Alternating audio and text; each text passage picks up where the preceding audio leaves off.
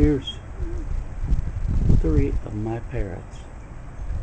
The one with the red on the head, that's an Amazon parrot. The other one is green and black. The other 2 are green with black heads. We don't know what they are, but we call that one Big Boy. It's looking right straight at the camera right now.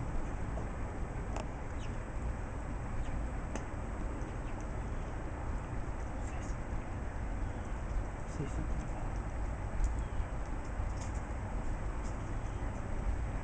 These little birds has become our friends. They've really been a lot of fun to be around and be able to feed them and watch them. They come daily. They become to kind of know us in a way. They're lots of fun right now. Later on, we hope the ducks come again.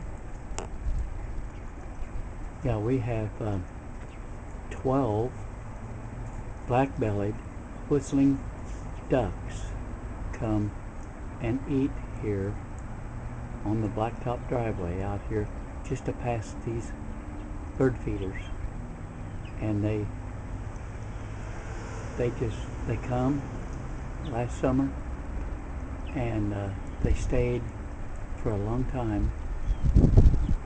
We had some people move in the community with a dog that chased them, and they left, but I think they'll be back.